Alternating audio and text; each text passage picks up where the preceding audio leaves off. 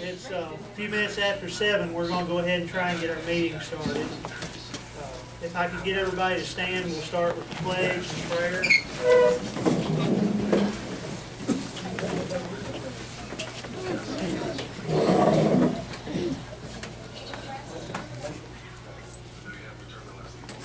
Can I give you a hand?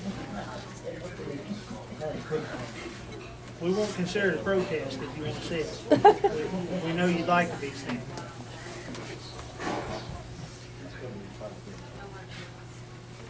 I pledge allegiance to the flag of the United States of America and to the republic for which it stands, one nation, under God, indivisible, with liberty and justice for all. If you stay standing for just a minute, bow your heads.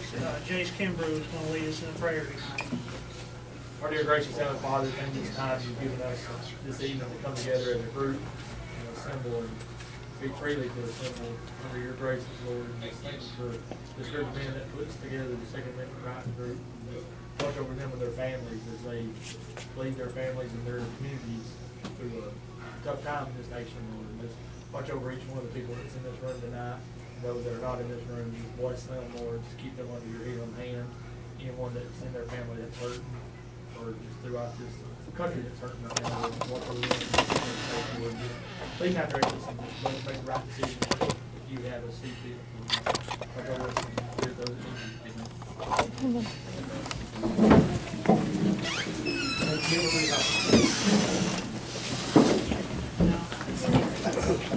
I want to thank all of you for coming out tonight. We've got a couple of new people, 3 new people that came tonight. Thanks to Jace Kimbrough and Daryl Bendel for coming out. You're both running for county commission here in Colbert County, aren't you? Separate seats, though. They won't be fighting over the end of the table.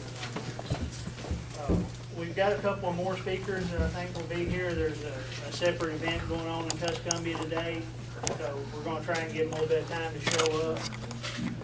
How many of you looked at the link that I posted for the amendments that are going to be on the ballot this election? Did they make sense to anybody? I'll be honest, it took me about an hour of reading, and that the common sense plain language description was about the only thing that saved me on it. A lot of these really don't make a lot of difference. I'm just going to quickly go over them in order. Amendment 1 is to change the number of trustees on the Board of Trustees at Auburn University, and to set it up where no more than 3 at a time can, no more than 3 can end their term in 1 year. To be honest with you, I really don't give a rat's hind end how many trustees Auburn has, or why, when their terms come up. What catches my attention about this one, and why I'm glad it's the first one that we talked about, y'all remember about a year ago, the Attorney General said that Auburn was not a public entity, that it was not covered under the state gun law, so they could keep their no gun signs, and he had no authority over them. I'm kind of wondering, if they're not part of the state government somehow, some way, why do we have to vote on their Board of Trustees? Somebody somewhere is having their cake and eating it too on that. And I don't know exactly where yet. If anybody can enlighten me on that, I'd love to know. I'd like to get to the bottom of that. It may take some digging, but I'd like to know how Auburn and Alabama universities tie into state government, and whether they would count as a political subdivision, or a political, or a private/political corporation, or how that ties in. I'm sure they've got some language where they tried to thread it through a loophole. Now, Amendment 2. This is to do with the state parks. I personally plan to vote yes on that one. Basically what it does is it says any money that the state parks generate, the state parks get to keep and use for the parks, which means the rest of the government quits raiding their fund. There is some wording at the end of it where if they generate over a certain amount, that they can take away some of the other money that they get out of the general fund. But overall, I think it's a good thing. You know, if we want to have state parks, we got to pay for them somehow. The best way to pay for them is with money they actually generate for themselves.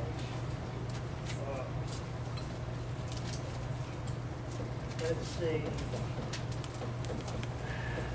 Amendment 3, I'm really not 100% sure what direction to go on that one. I really don't think it's going to make a big difference one way or another. It's pretty much just a change in their method of how they decide if a particular bill is only a local issue or if it's a statewide referendum. And there's 2 or 3 perfect examples of those on the ballot where if we chose to, we had the option to vote on things that happen in Calhoun County. So that one, I don't think we messed that one up, to be honest with you. I don't think it's going to hurt anything if it stays how it is or if it changes. The only thing it does is gets rid of a local election commission. I'd have to look it up in here and tell you exactly how they worded it, but it was basically they have a commission now to decide whether this needs to be voted on in the 1 or 2 or 3 counties it affects, or if it needs to be voted statewide. If we vote yes, the legislature will get to decide that, and it'll eliminate that commission.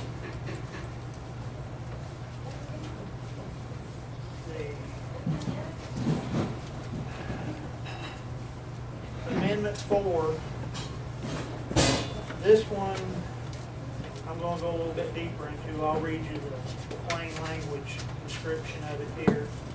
This one has to do with letting the counties make certain rules for themselves.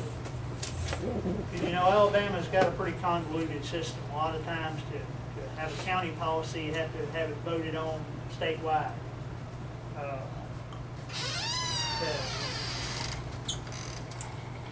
The state constitution gives local government very limited or very little legislative authority, and instead provides the authority to the legislature.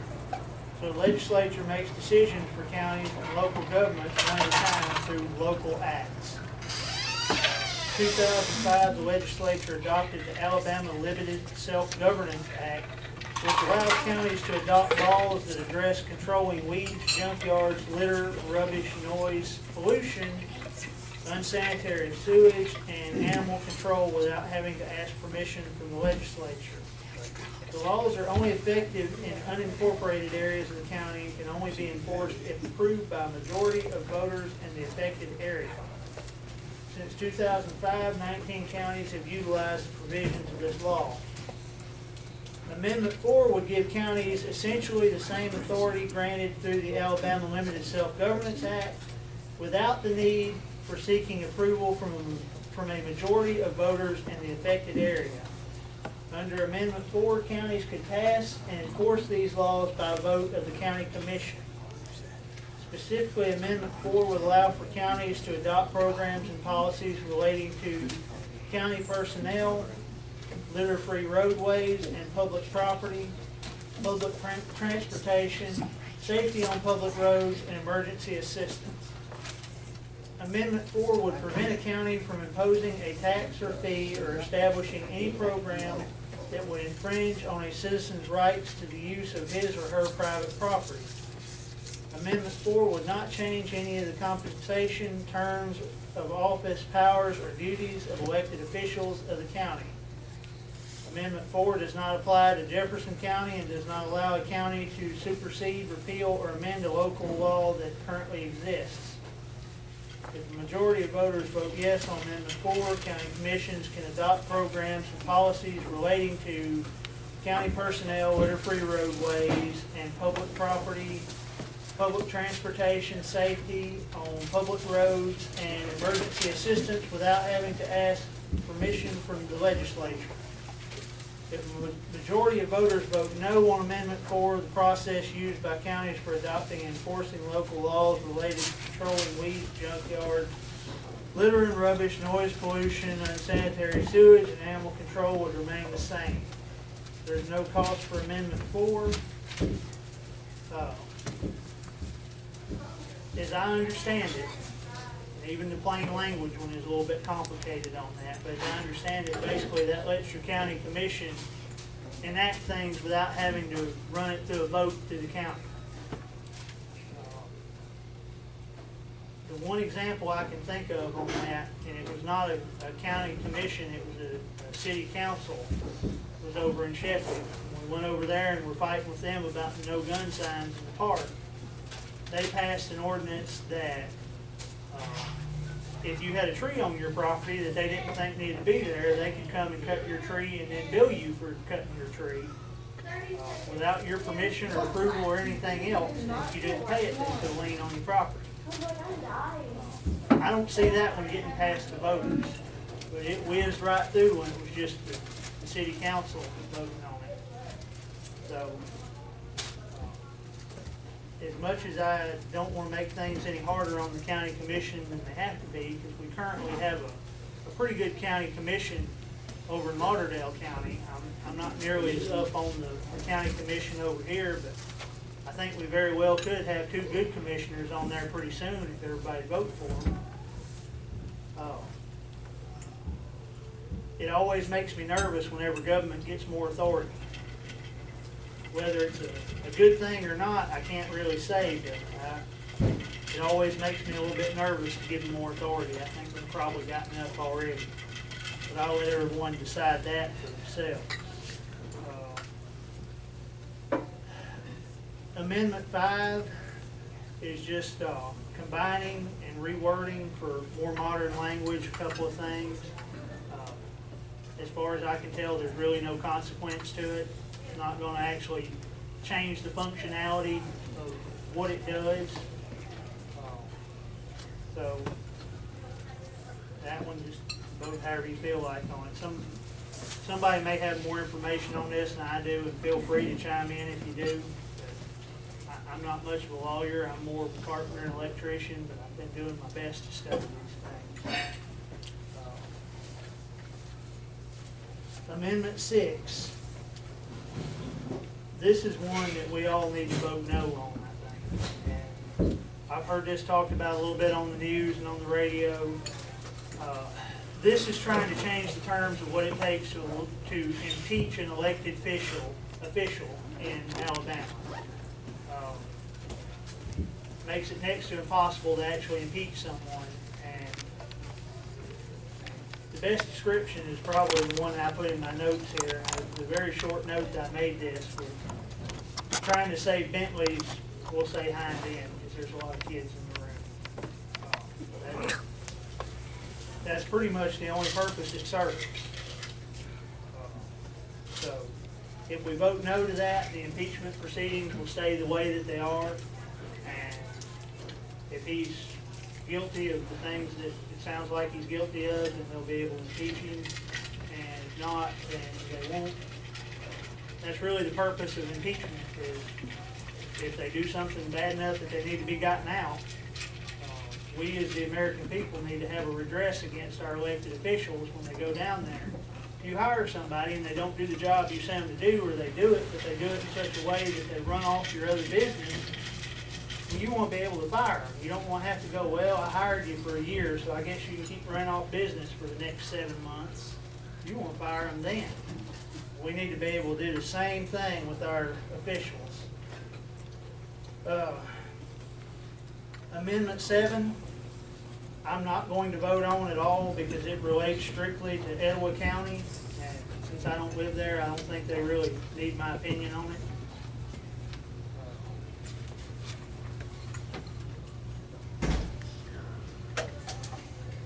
Amendment 8, I'll be voting yes on. This is a right to work amendment. It's just, basically it's, you can't require somebody to join a union in order to have a job. You can't fire them for not joining a union. You can't require them to pay union dues. On the flip side of the coin, you also don't get to fire them for belonging to a union. So it's exactly what it sounds like, a right to work. Amendment 9 is Pickens County only, so I won't be voting on that one either. Amendment 10 is strictly Calhoun County. So again, if we have somebody here that's from one of those counties and you want to hear the description, I'll be glad to read it. I don't think any of us are.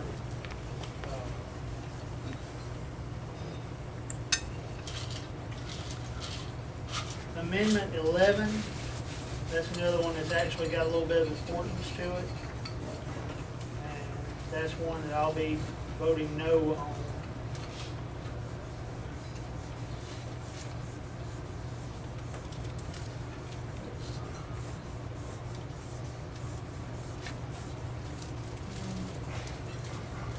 Amendment 11, under current law, a city or county may pledge a projected increase in future property taxes to acquire and redevelop private property located in areas that have been specially designated as suitable for certain major manufacturing facilities. After acquisition, the city or county may sell the property to a private entity, but the sale price must at a minimum equal the property's fair market value. Amendment 11 would give the city or county sole discretion to determine the sale price of property meeting those conditions regardless of the property's fair market value. If a majority votes yes on Amendment 11, cities and counties would be allowed to sell certain property or county-owned property for less than its fair market value. If the property is located in areas of the city or county specially designated as suitable for certain major manufacturing facilities. If the majority votes no, cities and counties would remain required to sell for at least fair market value.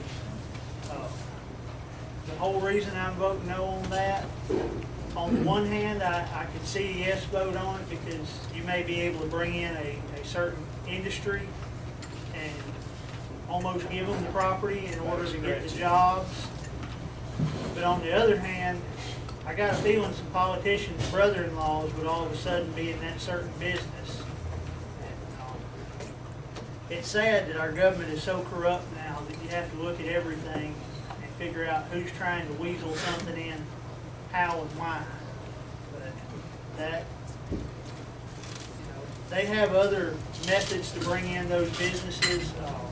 They have CEDO, which is the Shoals Economic Development Agency. They're sitting on roughly $40 million right now that could be used for that purpose. So I really don't think we have to give away property in order to get those businesses here. We have other methods.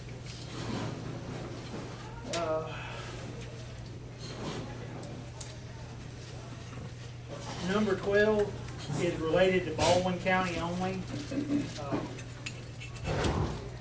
I normally don't stick my nose in other counties' businesses, but I'm probably going to vote no on this one, just me personally, because what it does is it allows the government to, pretty much allows them to get into the toll road business in Baldwin County.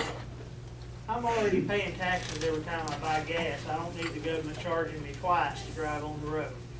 So I'm going to vote no on that one just out of spite for the government.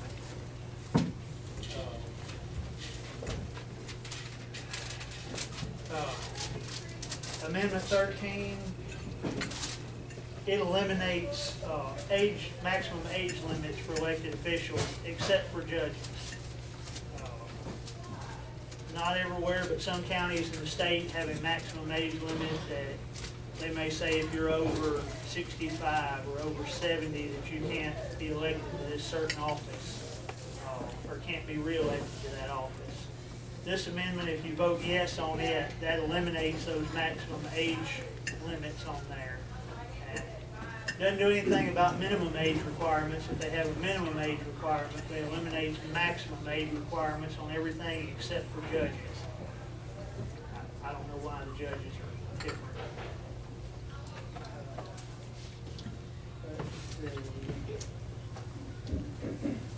Okay, and Amendment 14, I heard them talking about this one on the radio today. I think they probably went a little bit overboard on trying to sell this one. But what this does, when in Alabama, they're supposed to do the budget before they do anything else in the legislature. That's supposed to be their number one project is to do the budget. If they want to handle anything prior to doing the budget, they have to pass a resolution to do it. And it, I should probably just read the description on this one. The fellow that wrote these was a whole lot smarter than me.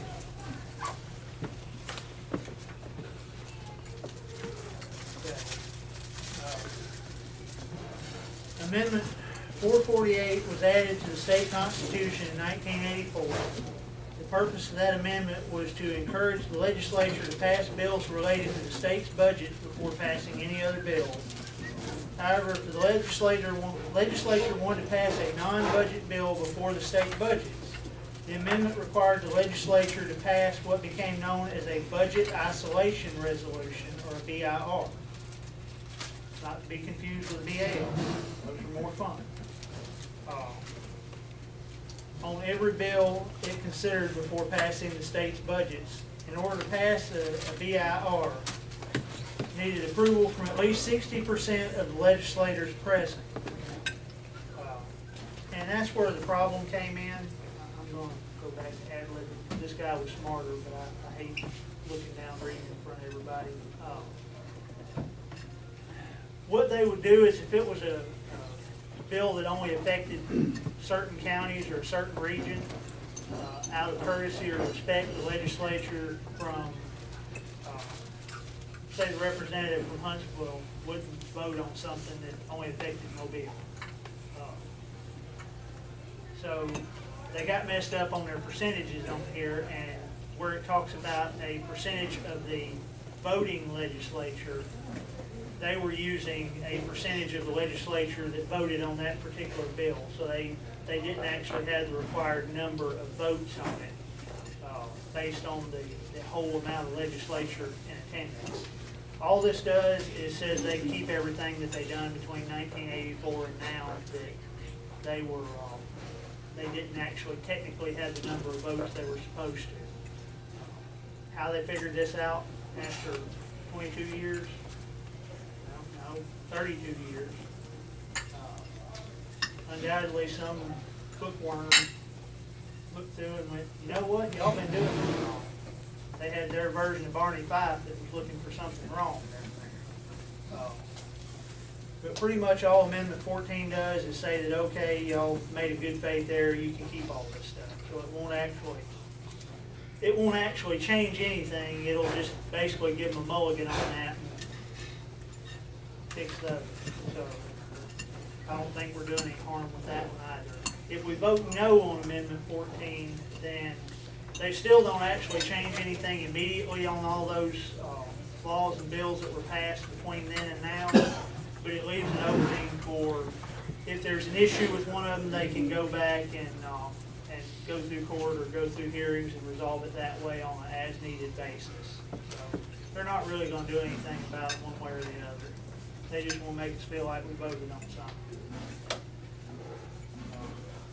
Anybody have any questions on any of those? Keeping in mind that that was about all the information I had on them. So if you have questions, I hope you got a smart fellow to answer them. All right, well. Yeah, that Amendment 4, Jeff, I thought I heard you say something about transportation and them making, policy changes and stuff. You don't think that would override 61.3 with the legislature, right? I mean, where they could make gun laws again, kind of get around preemption? I don't think it's supposed to. The information that I have been given, or the information I've been able to find, doesn't mention gun law anywhere. It went into a list of things that they could do, and most times, legally speaking, if you provide a list of things you can't do, then anything that's not on the list is automatically excluded. That being said, that was the plain language version of it, so that may not apply to it. That's one of those that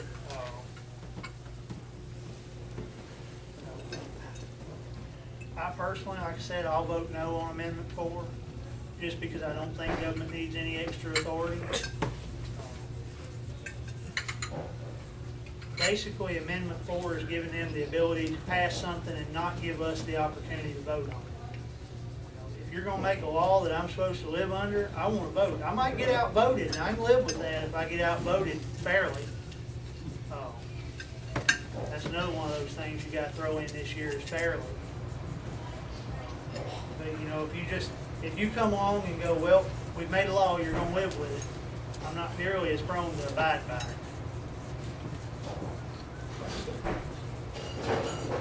So, that's the best answer I have for you on that.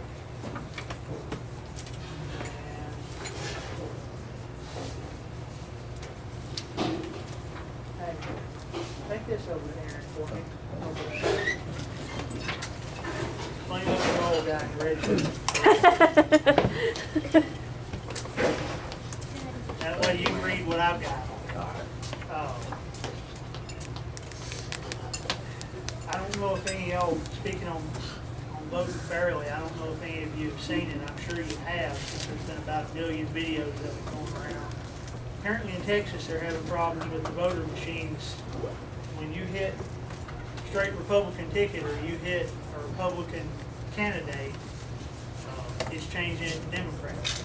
And there was one video of it where the guy actually whipped out his cell phone and videoed himself. It's a little touch screen machine, and every time he hit the Republican candidate, it filled in the box for the Democrat below it. That was on the House of Representatives vote too. And he had, I mean, the guy, it wasn't a fluke. He tried it 3 times in a row, and it done the same thing every time. So when November 8th rolls around and you do go to vote, just, I would say don't even fill in to vote straight party ticket. If you want to vote straight party, that's fine, but go ahead and fill everyone in as you go down through there.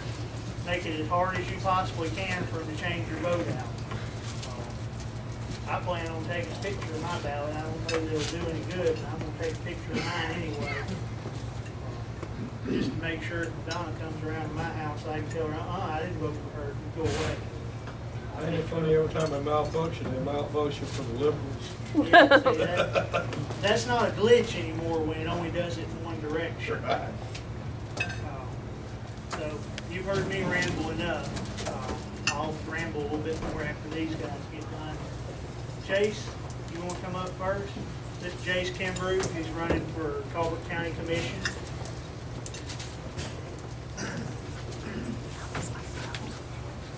First off, I'd like to say thanks to Jeff and Carlos and the rest of the Second Amendment group for contacting me about speaking tonight to y'all. I'm not much of a speaker.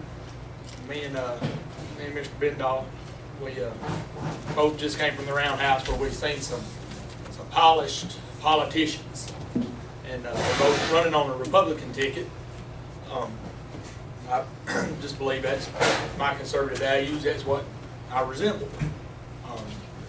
I know we caught heat from a lot of old school Democrats thinking that Democrats the right way to go, Republicans the wrong way to go. You know, me myself, I'm not going to just push one or the other on you. It's your own opinion. I know my beliefs. I hope you know your beliefs. If you don't, do your homework. That's the biggest thing. Know who you're voting for. Know what you're voting for. I think what Jeff done right here, discussing these amendments, that helped me out a lot. Because I was trying to read over them some. I got a little copy of the sample ballot in my back pocket. And I was trying to read over them today, and some of it, you know, you just get lost in the words. And if people don't know what's going to be on the ballot, they're either A, not going to vote for it, B, vote the wrong way, or, you know, they're just going to it's going to be like a standardized test that we all took in high school. Just sees the correct answer. Just going out there just marking it. I've told people from the beginning, be educated. Educate yourself on what you're going to be voting for, who you're going to be voting for. I've educated a lot of people, or at least I hope I've educated people on the straight party ticket. I've got a lot of friends that are unionized. They're in unions and stuff. They're welders, they're pipe fitters, they're carpentry union, they're everything. I've had to tell them, hey, you don't have to just vote straight Democrat. Y'all are going for the Democratic Party because that's who unionized everything. That's who was real big in it.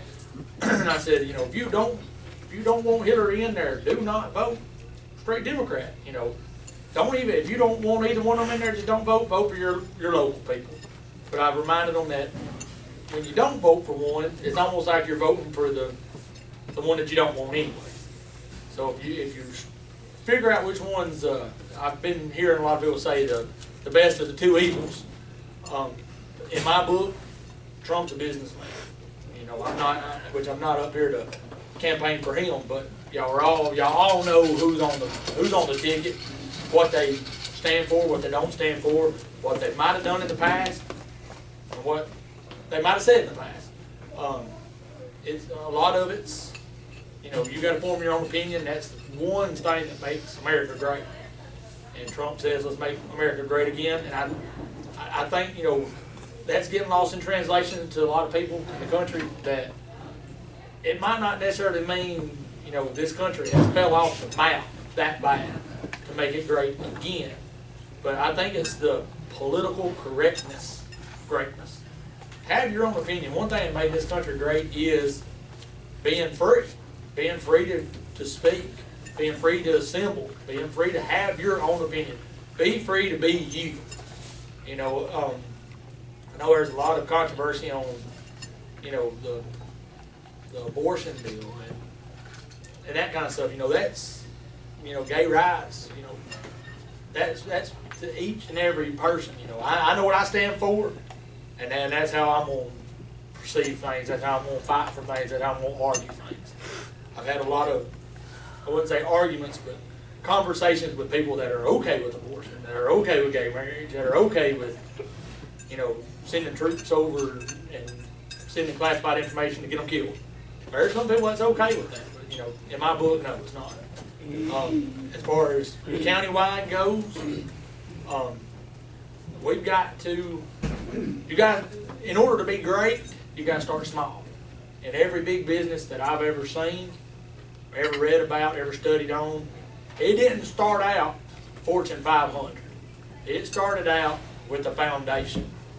And in order to make everything great again, or to make everything great, or just to build on success, you've got to have a good foundation. And I think a good foundation in the U.S. and in America, in a county, in a state, is a good, great foundation.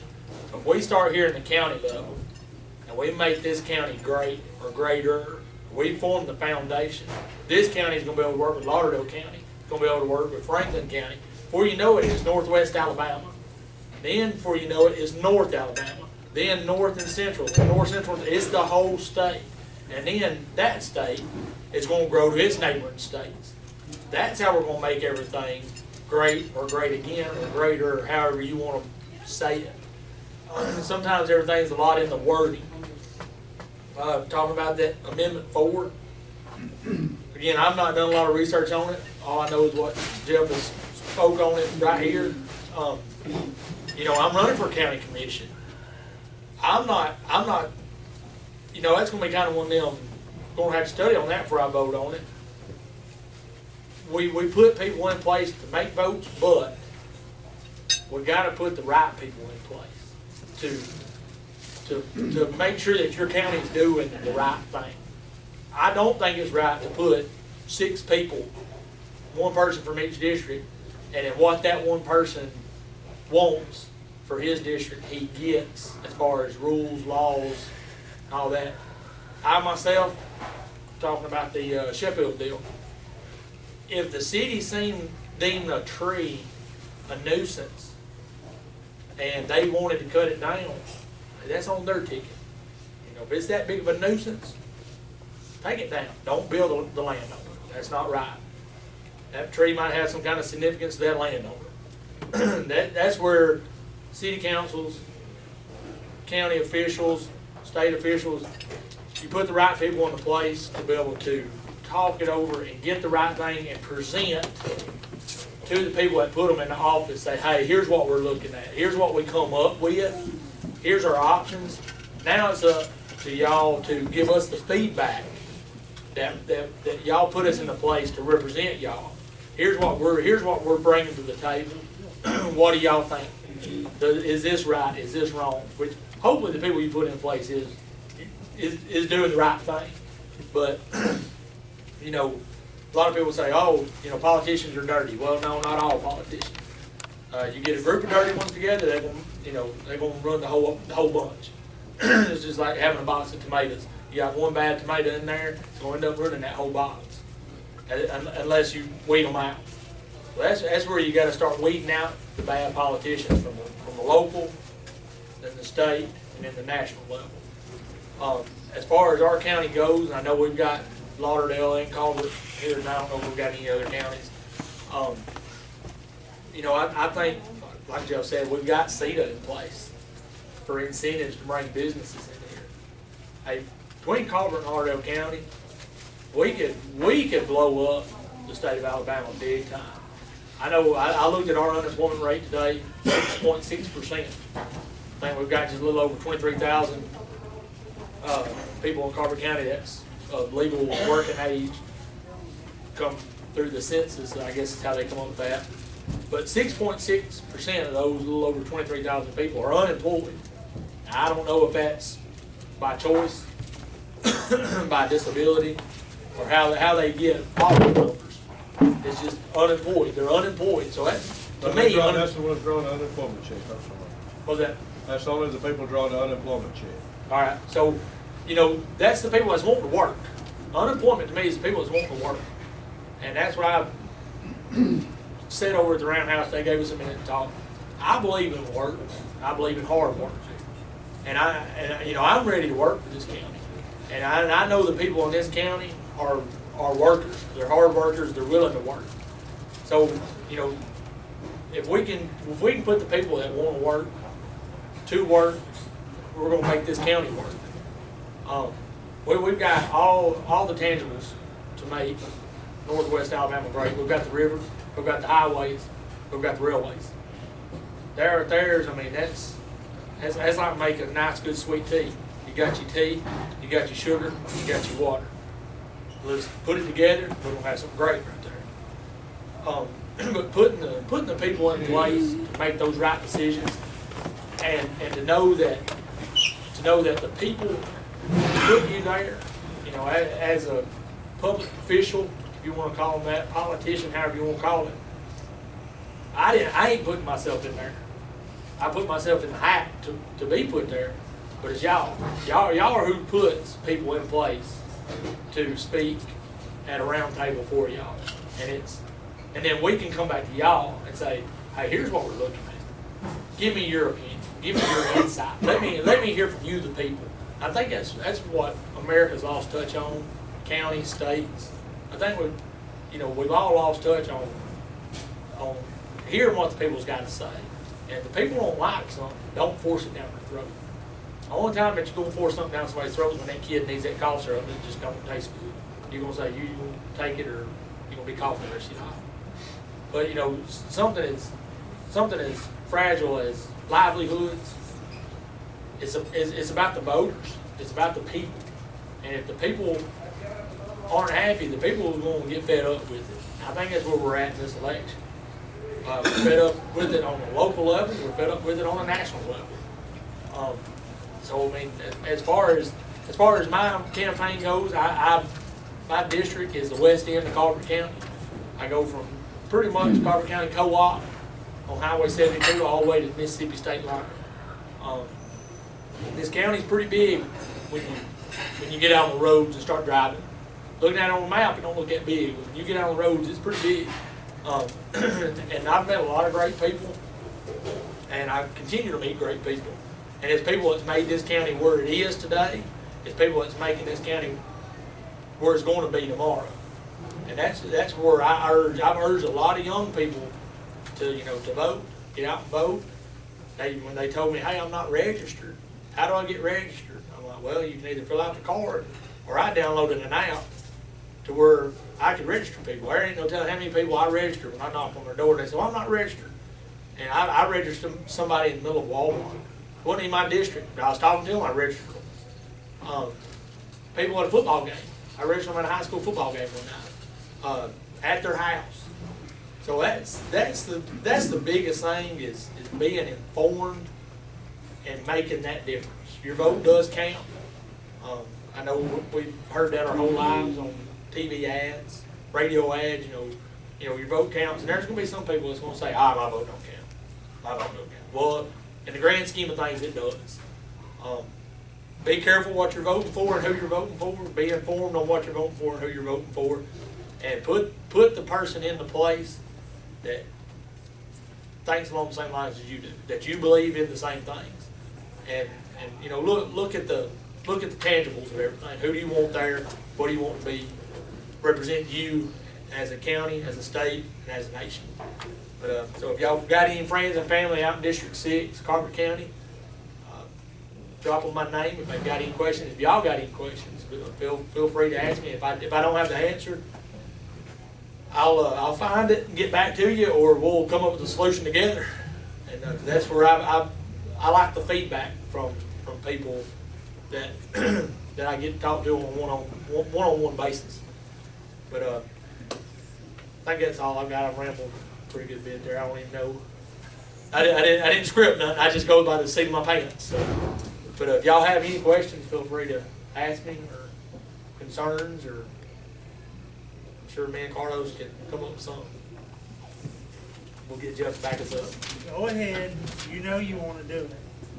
Oh, No, it's just how many people did you say was of working age in Calvert County?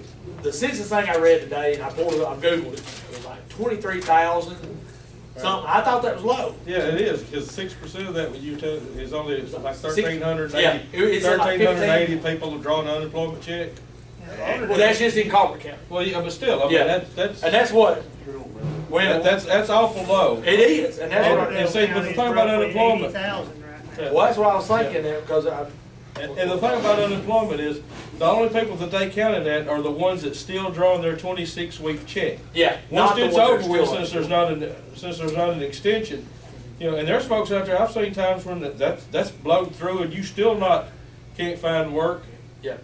I mean, everybody I've talked to, they think really, realistically around this area, you're looking at about 13, 14% unemployment rate. Yeah. If you took the people that won't work, full-time employment, they can't get it.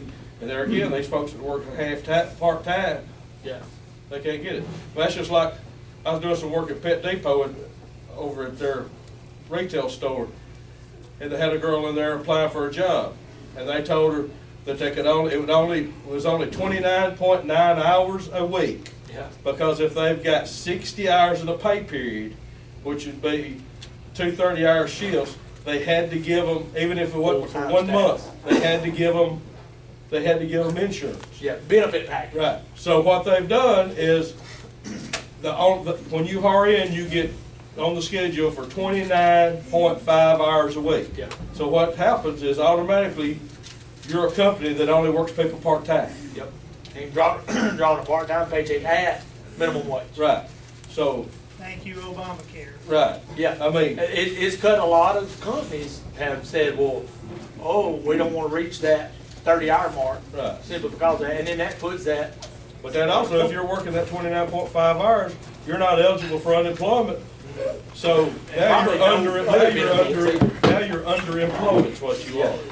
And, but it goes on there as you're employed. Right. So but that makes you have an untrue figure. But Exactly. according to all that census right there, you're talking less than 1,400 people in Calvert County drawing an unemployment check, and that just sounds awful low. Yeah. But I mean, you look around, cause you got the steam plant shut down. That was like 1,400 jobs right there. It's a bunch of people. I bet you we can go down the road to Atlanta Street down there and find 1,400 right now. So yeah, when I was looking at that, I pulled up every county. It pulled up every county. Well, you talking about the union thing, though. I seen a guy today post on Facebook that he was a 477, which is iron workers out of Sheffield, and he had transferred his book up north because essentially they had lost the retirement package at this local, and he had to go somewhere else, transfer his book somewhere else to get 10 years to get his retirement. So you're telling me that they've got a union hall sitting down here that's going to be working people that's not going to have a retirement, and their union, it's Yeah. not even in the package, and they're still stupid enough to go vote the Democratic. And that's what they're doing. That's I know, what, I almost blew up on one of my real good friends. He's a steel worker. I carry two union books, and I've fought for union halls forever on kind of the, I don't vote Democrat. Yeah. That's what one of my buddies, I wouldn't talk to him, he was talking to my wife, he was talking to Leanne, and she said, now, you know you're gonna go out and vote, right? You know, you gotta vote for Jason, you know. And he's like, I can't, he's on the Republican ticket. She said, oh yeah, you can, y'all been best friends since diapers. They won't. He said, oh, I can't. And she said, you mean you're gonna vote for that baby killer? And he said, I'm just playing. He knew that when she spoke up, he knew that he's like, okay, I done pushed her enough.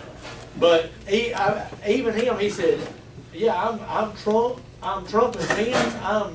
He said, I may be Union. He said, but I'm voting Republican.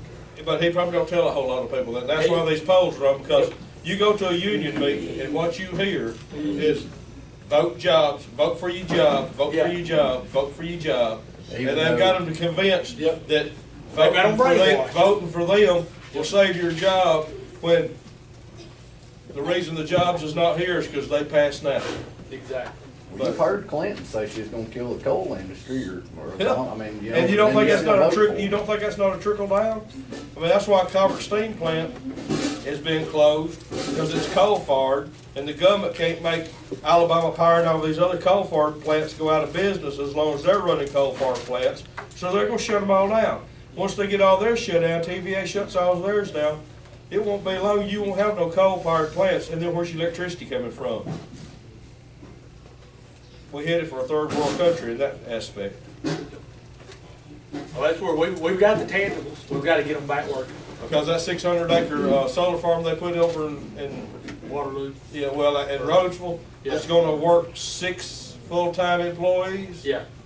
And produce about a third of the power that Calvert produced. So you're talking about it goes to that communist field. Is they're going to tell you can run your lights this hour, this hour, this hour. That's all you can run it, because that's all we're producing. And you got to share it. You got to share it. And this sector is going to be running lights for this long. This sector. So I mean, yeah, that's where you gotta be up to knowing who you vote for and what you vote for. Because if you're not educated on it, then that one word, that one little legal word that none of us may not realize is going to trip every one of us up. We think we did the right thing, then we tripped up and did the wrong thing. And that's what a lot of that stuff is for. And like I really appreciate Jeff standing up and saying, hey, these that don't really affect me in these other counties, they should let them vote for that.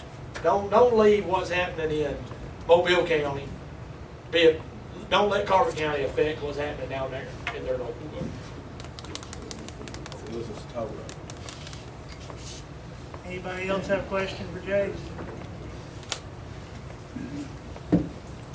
Appreciate it, Jeff. Thank you. This is Mr. Darrell Bendall. Y'all take it easy on him now. He's a carpenter, not a politician.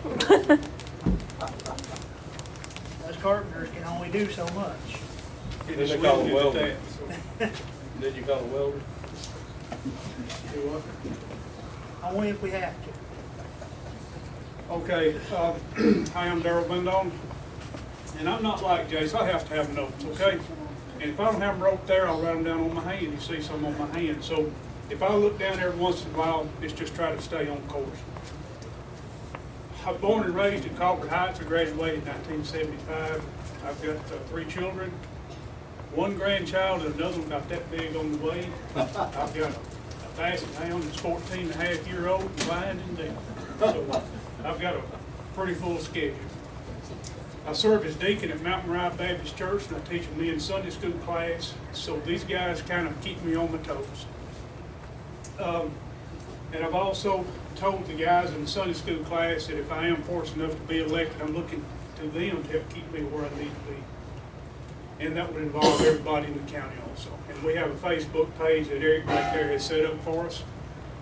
I'm not very tech savvy at all.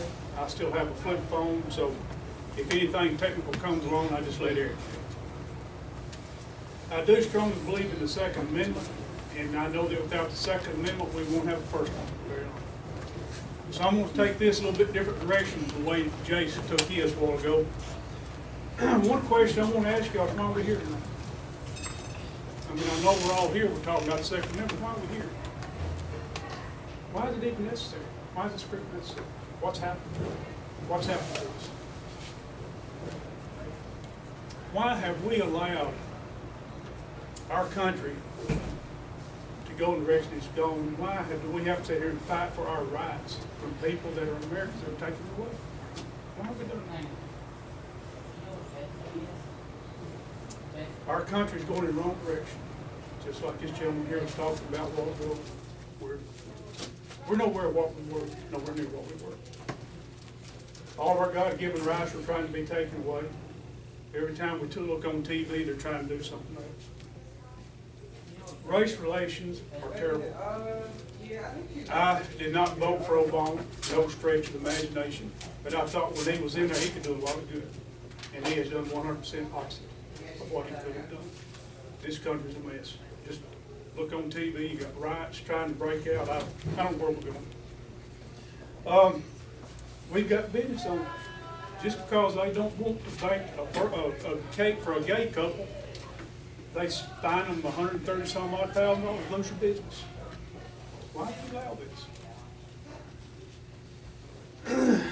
We've got God and everything else being taken away from our school systems. Back in the 60s, I remember when we had prayer in school. We started school up with prayer and reading the Bible. That's gone. In the 70s, what happened? Abortion. Do you know abortion is the leading cause of death? Abortion. And now we've got a candidate that says it's okay to suck the brain. Where are we going? 1980, a little pride came back into the country. Ronald Reagan was elected. We had a pretty good run there. Then we had Bush following that. And then in the 90s, do you remember the first thing Bill Clinton did when he got into office? He says, okay for gays in the military. First thing. What's going on in the 2000s? We've got ball players disrespecting the flag. Without the men that died, we wouldn't be able to do that. We've got men going into little girls' restaurants. We've got them going into dressing rooms. What's happened to us? It's kind of like we said, you know, God, if we need you, we'll call you. We don't need you right now, we got this. Boy, what have we got? To go back to the first question of why are we here tonight, all we have to do is just turn it about.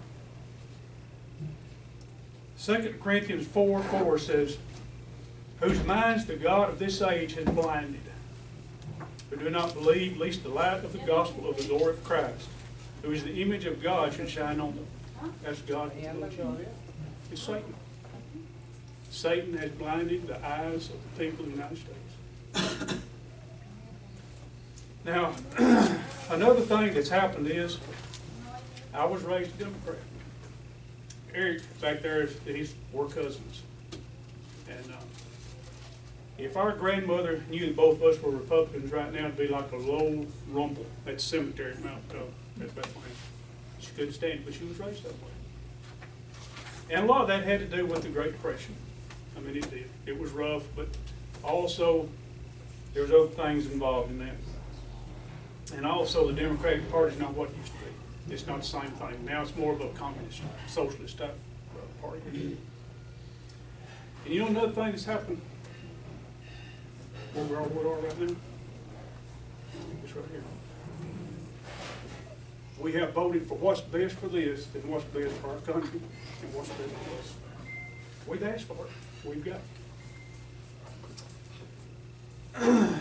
Now, we can sit here and we can look at all of our problems as a country, as a people. And you know all you got to do is turn back to the Bible and look at it, how to fix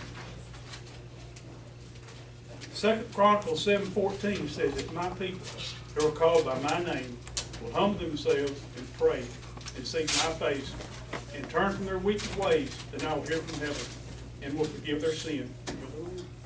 Simple. When we do things on our own, this is what we get. When we start destroying, I forgot, it's several million babies. What do we expect? When we start letting men in little girls' restrooms, what do we expect? We've asked for it. Now, this is not the world that I want for my grandchildren, great-grandchildren, and grandchildren I'll never see. When it comes down to right and wrong, people like Jace, myself, and some of these other guys running a Republican ticket, we want to be over there to say, no, we're not going to do this.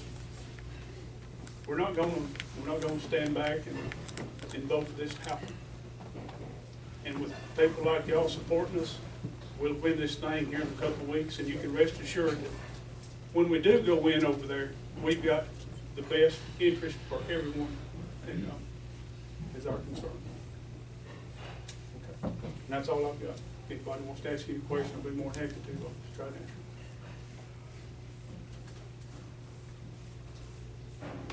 I've got evidence, Judge. Okay, thank you. Thank you. Well, we may have one or two more speakers on the way. I don't know if they'll make it in time. I didn't have a question for Mr. Bendall, but I'm going to answer one of his. He asked why we're here tonight, why we have to do this. I'm here tonight because I don't ever want to explain to these three kids over here why they don't have freedom, why they don't know the measure of liberty and success and happiness and freedom that I've known. And honestly, someone my age, I haven't known the measure of freedom that someone Mr. Bendall's age has known. I'm 34 years old. I know that I haven't known the freedoms that my parents and my grandparents knew, but only because I've studied history. Not the watered down history that they fed me in school in a textbook, but the actual history. And it terrifies me to know that these three kids here, and I know Carlos has got umpteen kids and a small voter block worth of grandkids, and Aaron's got his kids here. I'm sure they probably feel the same way. That it terrifies me to think that they could have had every bit of freedom that I've had and more, and it was more important to watch The Walking Dead or to get caught up in which Kardashian did what or be pacified instead of being out trying to make sure that they do have those freedoms. So that's exactly why we're here.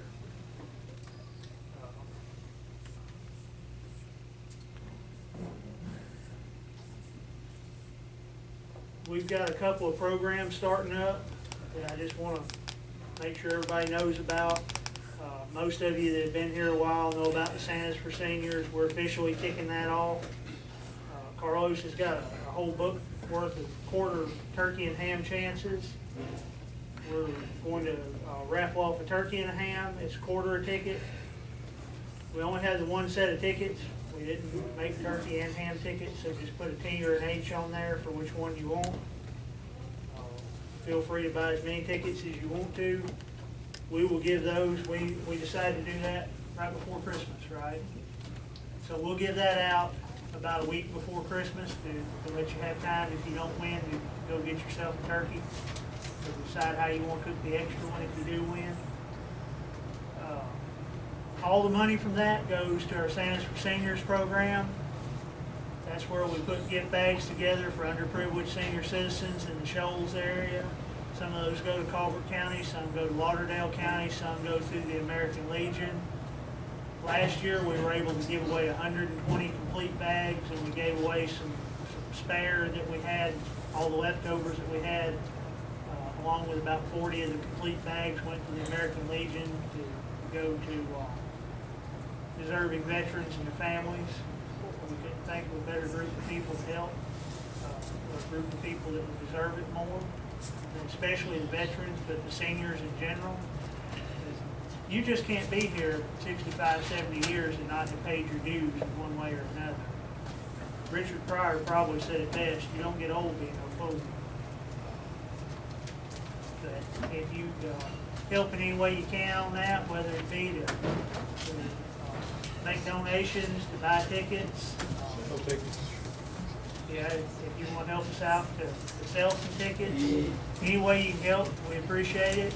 We're aiming to do 144 bags this year. We try and improve a little bit every year. It generally costs us about $25 a bag to do these. We shop online, we bargain shop. I've already been buying up some stuff throughout the year. I think Carlos and Susan have bought up a little bit of stuff as well. Pretty much these things have police throw blankets in them, which is about the most expensive item in there. I think we pay $3 a piece for those. The men's bags will have handkerchiefs. The women's bags will have the little small jewelry sets in them. Shampoo, conditioner, lotion, gripper socks. Over the years, we've learned that gripper socks are like gold in the nursing home. They love those things. Usually we'll have gloves, hats, coloring books, activity books, games, that sort of thing. Last year we had some constitutions donated. We were able to put a pocket constitution in every bag. We also had a church donate Bibles for us. They weren't all new. They were some of the older Bibles they had for the church, but they were all still in good shape. We were able to put a Bible in each and every bag. Whether they read it or not, it's up to them, but it felt awfully good to be able to include one.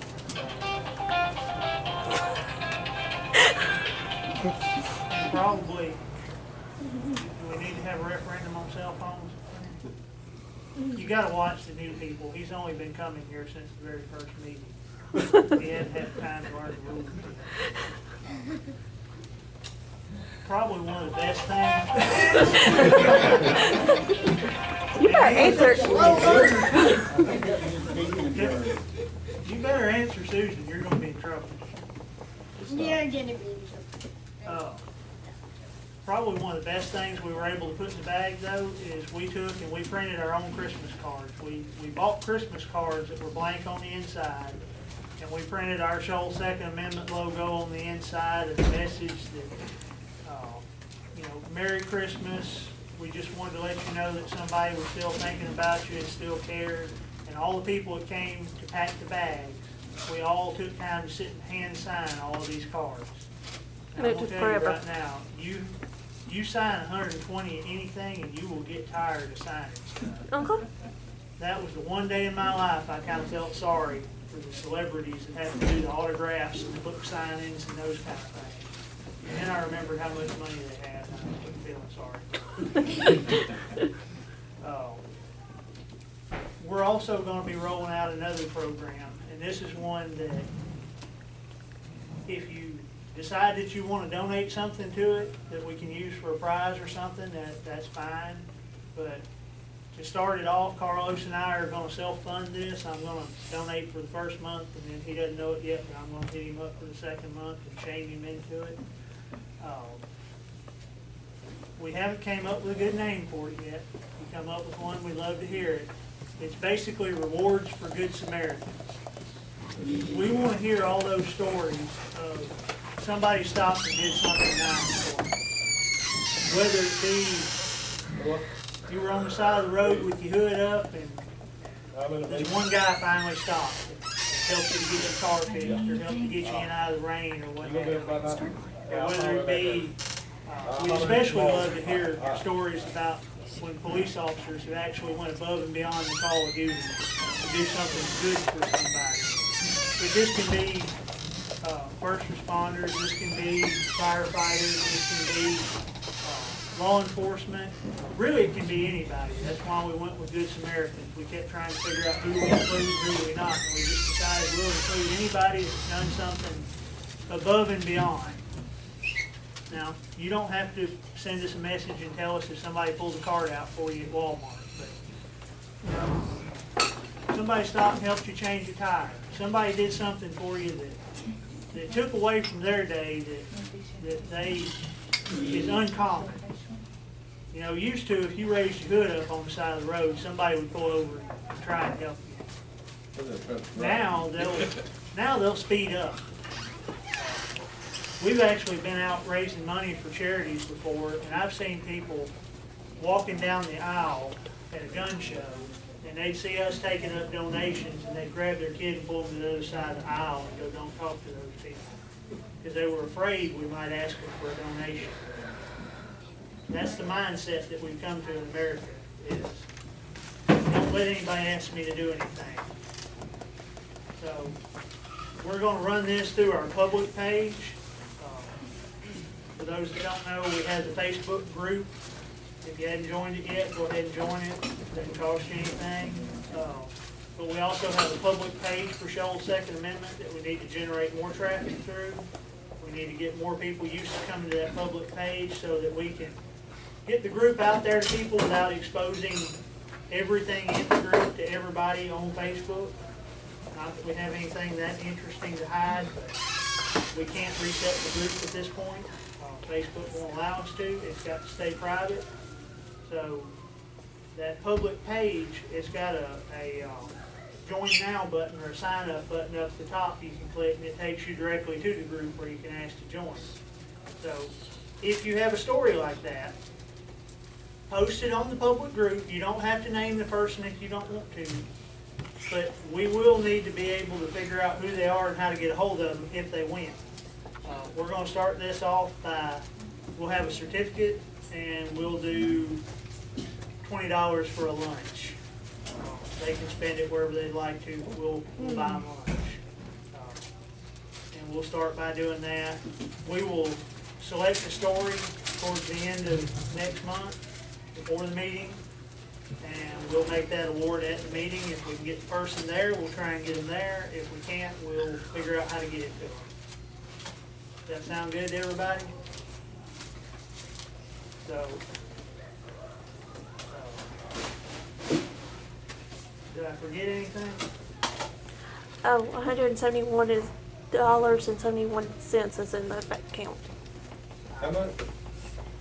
We now have $171.71 In the account. in the group account for Shoals' Second Amendment. What little money has been spent out of it, we bought the cards, which are sitting on the table. We bought about 10,000 of those. So if you want more of those, just ask. I've got some more outside and some more in my pocket. If you notice, those have the no guns equals no money on the back with a little bit more nicely worded message than what our last ones had. Nicely. If you know of a business that has no gun sign up on it, first of all, I'm going to encourage you not to spend any money with them, because they don't want you to protect yourself while you're in there. They don't want to respect your Second Amendment rights. They do have property rights, and I'm going to ask you to respect those as well, and don't spend money with them if they don't want you to carry your gun in there. But beyond that, take some of these cards and hand them out to them. Point out the back to them. Let them know why you're not going to spend any money with them. Don't go in and try and bite their head off. Try and have a cordial conversation with them, because you'll catch more flies with honey than you will with vinegar. But make it known to them. If they don't know they're losing the money, it's not doing any good. You can boycott somebody all day long. If they don't know it, it's not doing any good. I've been boycotting Carlos for about a week. It's only because I don't have anything that needs welded. He didn't know that until just now. Now he's going to go to my house and break something. Now I'll need something welded. If he breaks something, he has to fix it. We'll blow a hole in your boat. I No. knew he'd pick something aluminum because he knows I can't weld aluminum. No, leave the boat alone, please. Which boat? Okay. No. We're going to be short in admin shortly. I don't know which one.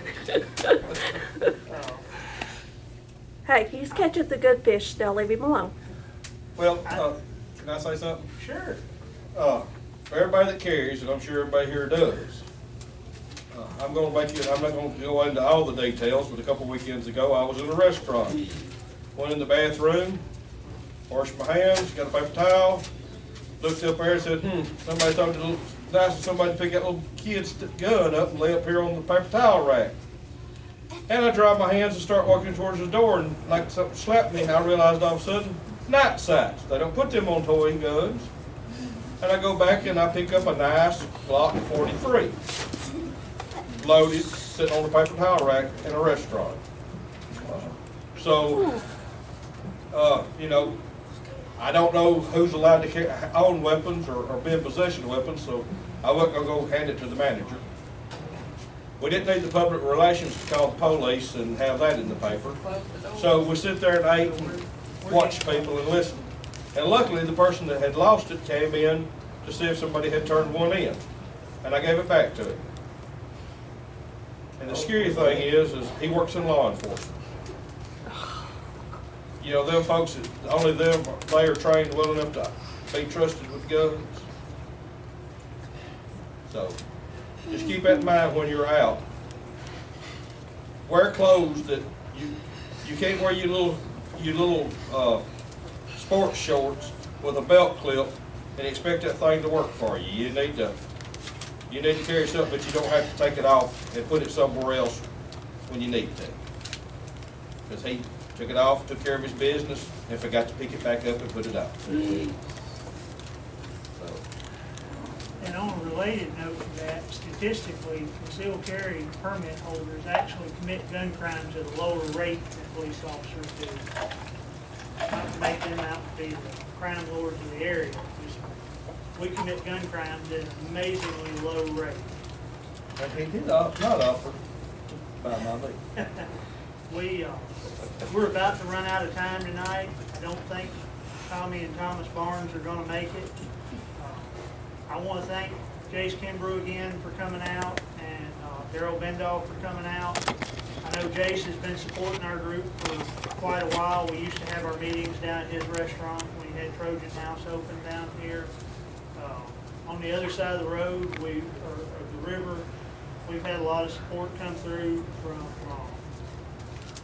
Rodney Pettis and Will Powell. I think John Hatton may have been to a meeting or two. Just take time to pay attention. Take time to study on who you're voting for. Don't vote just based on name recognition. Jeffrey Dahmer's got a lot of name recognition, but I wouldn't vote for him. So pay attention to what and how you're voting. And for those out there that have said, well, I can't vote for either one in good conscience, I believe the old saying is that all that's necessary for evil to prevail is for good men to do nothing. So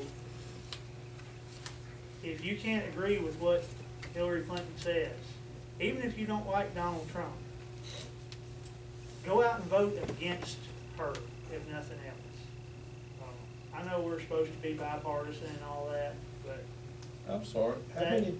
All these women waited to the 2 weeks before the election, and they all got groped 20 years ago and didn't say nothing to nobody. I see another Herman Cain situation there. well, that's exactly, It worked once, and they thought they'd try it again. that's exactly what it is. Again, pay attention to your ballots.